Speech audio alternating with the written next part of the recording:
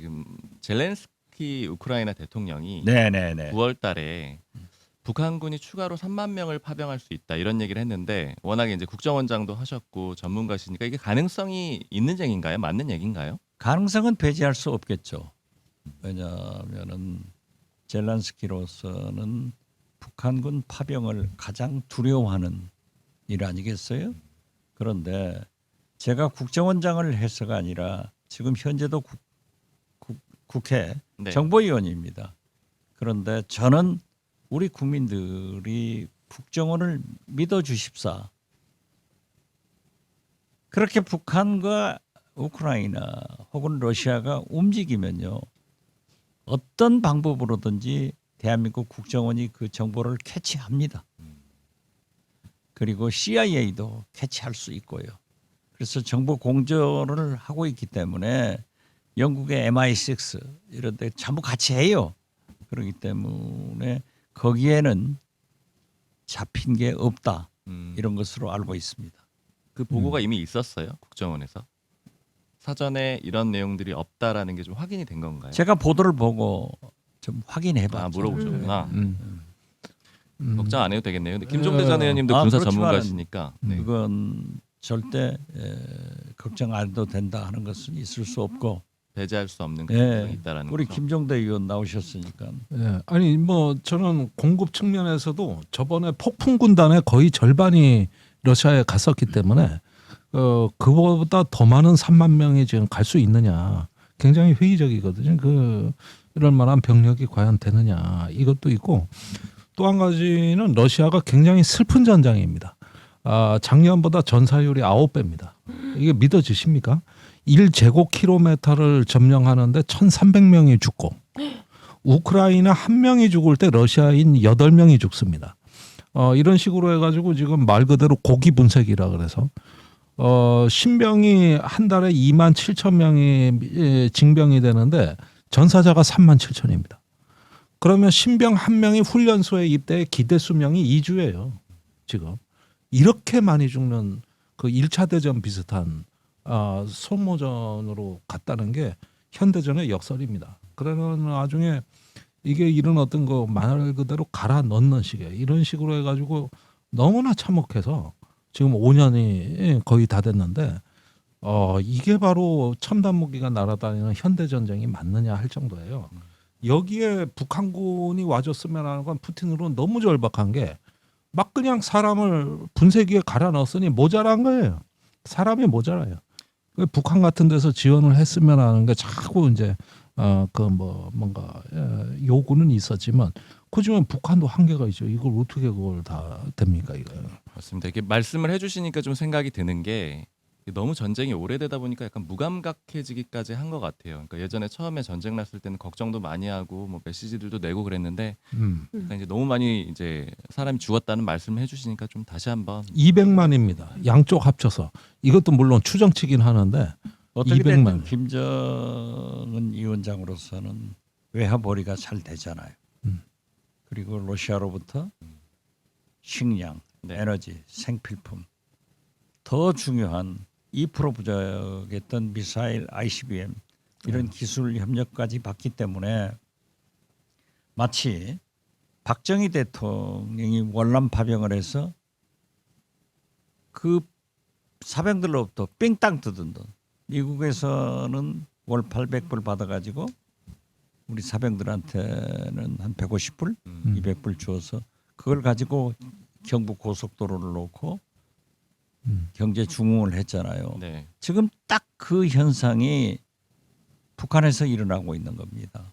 15,000명을 파병해서 제가 알고 있기로는 월 1,200불을 사병당 받는데 거기에서 북한에서는 한 100불 주면 그것도 큰 돈이죠. 큰 돈입니다. 그런데 그걸 가지고 김정은은 지금 경제개발비로 쓰는 거고 거기다 플러스 알파 장교들 엄청난 건데 북한으로서도 3만 명 파병해달라 하면은 유혹은 느낄 거예요. 그렇지만은 김정은도 이제 국제 정세를 생각하고 우크라이나 전쟁이어서 자기 병사가 그렇게 죽는 것을 바랄 수 있을까? 그런데 어떻게 됐든 지금 현재 우리 국정원에서는 첩보나 정보나 아무것도 잡히지 않고 있기 때문에 예의주시하고 있다. 이렇게 말씀드립니다. 알겠습니다. 짧게 국민의힘 얘기 좀 잠깐 해볼게요. 그러니까 권영진 의원이 이 간사를 원하는 대로 배분을 안 해줬다고 정점식 원내대표의 멱살을 잡았는데 일단 박지원 의원님 이게 일단 과거에 있었던 적이 있었나요? 이게 민주당으로 보면 어떤 건가요, 이게? 제가 원내대표를 3번 해봤는데요. 의원들이 상임위 배치를 권한과 상임위원장 선출권을 원내대표 권한이거든요. 그러니까 굉장히 민감하게 반응합니다.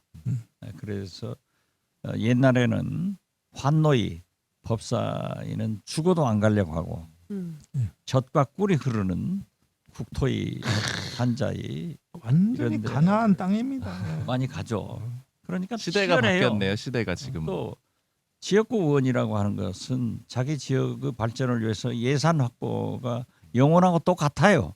영혼을 바쳐서 한다고요. 그렇지만은 권영진 의원 저하고도 잘 알고 훌륭하신 분이에요.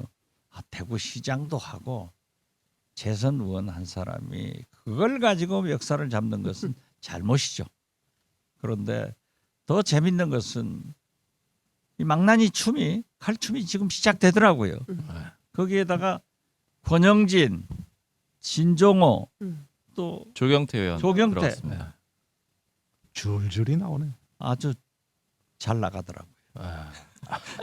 잘 나간다라는 게 지금 일단 권영진 의원 같은 경우에는 지도부 쪽 얘기를 좀 들어봤을 때는 제명, 그러니까 본인이 탈당하지 않으면은 제명 조치를 하는 게 맞다 이런 정도로 여론이 좀 있더라고요. 그리고 뭐 수위를 지금 아직 미리 할 수는 없는데 조경태 의원도 꽤 강하게 조치를 해야 된다 이런 얘기들이 있고 진종호 의원은 비례대표니까 오히려 그냥 당원권 정지 정도로 가야 된다 이런 얘기들이 좀 있는데 이런 징계 흐름 같은 것들은 좀 어떻게 보십니까? 진종호 의원은 제명해 놓으면은 떠나가는 그거냐고 거죠. 같이 네. 돌아다니니까 그건 안 되는 거고 아무튼 그건 말도 안 되죠. 그런데 아니 조경태 의원 주장이 맞잖아요. 진짜 징계할 사람은 장동혁 대표 아닌가? 네. 그렇게 오늘 자기가 기자회견 때 말이죠. 얘기했습니다. 예. 국회의원 되면은 나는 국회로 안 가고 올공으로 가겠다 하고 응? 그건 안 돼요. 그렇기 때문에 저는 오늘 아침에 조선일보 김대중 칼럼을 보면은 양당제가 한계가 왔다 이런 지적을 하면서 두 당의 내분에 대해서 상당히 지적을 했지만은 결국 결론은 국민의힘이 분당해라. 그렇게 됐더라고요. 어떻게 분당하면 좋을까요? 그래서 저는 수도권하고 일찍부터 그랬어요. 한동훈 의원한테도 내가 만나면은 나와서 건전한 보수를 표방하는 정당을 만들어라. 유신 장동혁 대표가 전한길 씨한테는 공천에도 당신이 안 준다고 했으면 벽화동 쓰면 뜻을 알아야지. 오동잎 떨어지면 가을이 온 것을 알아야지. 왜 거기 뛰어다니냐 했는데 올 것이 오고 있어요. 그렇게 한동훈 의원한테 직접 얘기하신 거. 그렇죠. 뭐라고 하던가요? 그러니까 만나서 얘기해 주라고 그러더라고요. 만나서 얘기해 달래요. 언제 만나세요? 아니 만나요. 네. 아니 제가 얘기하니까 방송에서 한번 윤석열, 만나셔야겠어요. 네. 윤석열 한동훈은 입이 100개가 있어도 1000개가 있어도 할 말이 없는 사람들이에요. 오늘날 검찰 후배들이 이분들한테 향해서 불만을 터뜨려야지 누구한테 하는 거예요. 그래서 저는 조선일보 김대중 칼럼은 늘 국민의힘 보수 정당의 나침판이에요. 그리 갈 겁니다. 두 분도 예 말씀 근데 주십시오. 국민의힘 소위 이제 친한계가 그럴 만한 역량이 있을까에 대해서는 회의적으로 바라보는 출입 기자들이 더 많은 것 같습니다. 왜냐하면 당을 쪼개서 만드는 거. 분당해가지고 뭔가 리더십을 발휘할 만한 인자들이 많지 않다라는 것이고 실제로 한동훈 대표가 밖에서 깃발들 가능성도 거의 없다. 어떻게든 뭐 국민의힘에 들어오는 게 목표다라고 끊임없이 설파를 했기 때문에 밖에서 창당해서 세를 규합하는 방식으로는 2028년 총선 돌파가 불가능하다 이렇게 보는 것 같고요. 친한계도 대체로 이제 인식이 그런데 그렇다면 이제 장도영 대표가 스스로 물러나줘야 되는데 그 가능성도 없고 다만 가능성이 있다면 저는 이제 내년 1월쯤 나올 윤석열 재판 대법원에서 397억 원을 토해내야 되는 확정 판결이 나올 즈음이 되면 그때가 되면 그 돈이 아까워서라도 뭔가 새로운 뭐 정계 개편 같은 게 있지 않을까라는 생각은 해보는데 현실 가능성은 높아 보이진 않습니다. 아니 근데 오히려 윤석열 재판 때문에 장동영의 당권은 굳건해졌어요.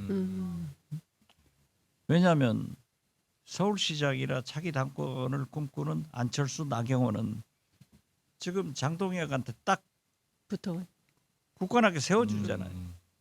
아니 딱 진짜 또 방금 딱 말씀하시는데 정치 구단이라는 생각이 드는 게 딱 들어오기 전에 당권파 쪽에 좀 물어봤거든요.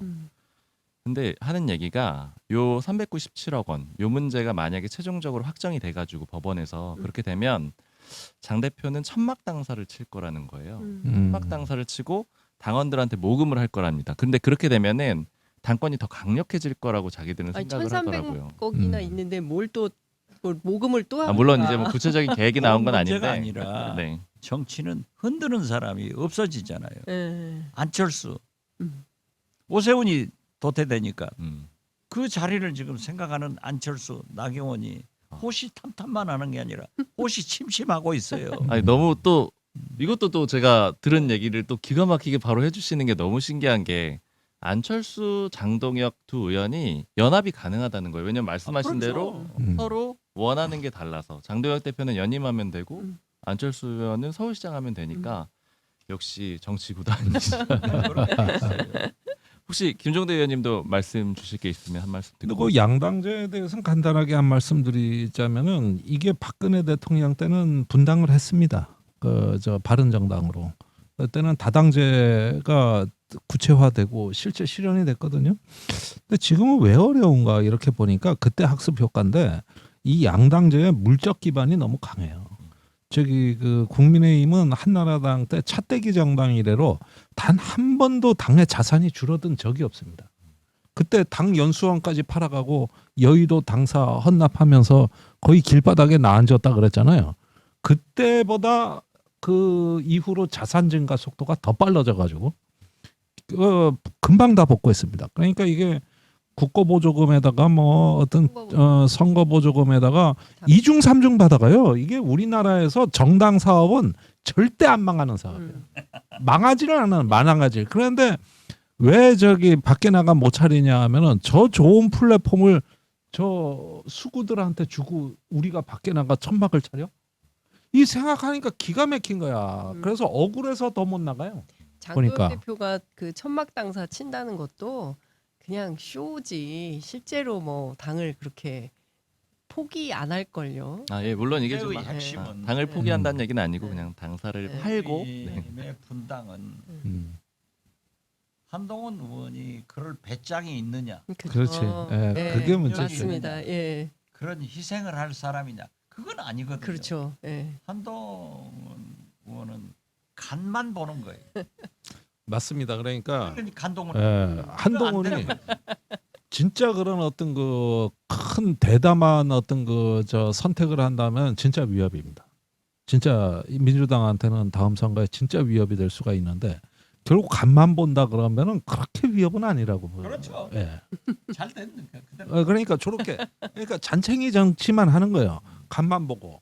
그다음에 저렇게 저기 뭐냐 나불나불 저기 똑똑하고 깐족거리고 이러는 사람 나 잘 되는 거 본 적이 없어요, 내가. 그럼 전략 자산은 그렇게 팬도 아닌 많은데. 거예요? 전략 자산은 안 되는 겁니까? 그러니까 이렇게 뭔가 자꾸 깐족이는 그런데 말입니다. 뭐 이러면서 깐족거리는 요런 어떤 거거든요. 그러니까 그럴 때 이제 사람들이 비전이나 희망은 못 느끼죠. 그래서 하나의 대중운동이 형성되기가 어려운 그 상황이니까 그래서 아마 분당하기에도 좀 어렵지 않을까.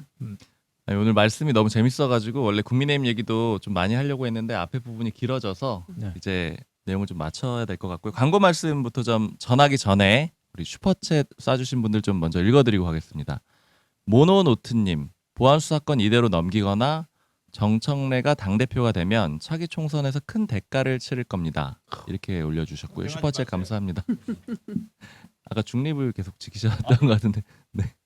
보안 수사권 이대로 안 넘긴다. 그 부분에 대해서 걱정하지 말라고 하신 거고. 저든님은 3인 성호의 대부분이 우리 진영에서 일어나고 있다는 게 개탄스럽네요. 딴지를 등에 업은 대형 스피커들이 이재명 대통령을 돌려가는 것이 정상인지요? 이렇게 올려주셨고요. 또 영훈님은 지금 검찰개혁이 문제가 아니고 부동산 문제 심각합니다. 국민들이 매우 부정적으로 보고 있습니다. 부동산 세금 강화하면 세입자들만 고통 커집니다. 그리고 토마토 온에어님은 이재명 대통령 성공을 위해 민주당은 노력해야 합니다. 오늘 여러 번 또 슈퍼챗을 쏴주셨다 그래요. 감사하고요. 또 부산밍 아이님도 마찬가지로 슈퍼챗 감사합니다. 아이고 감사합니다.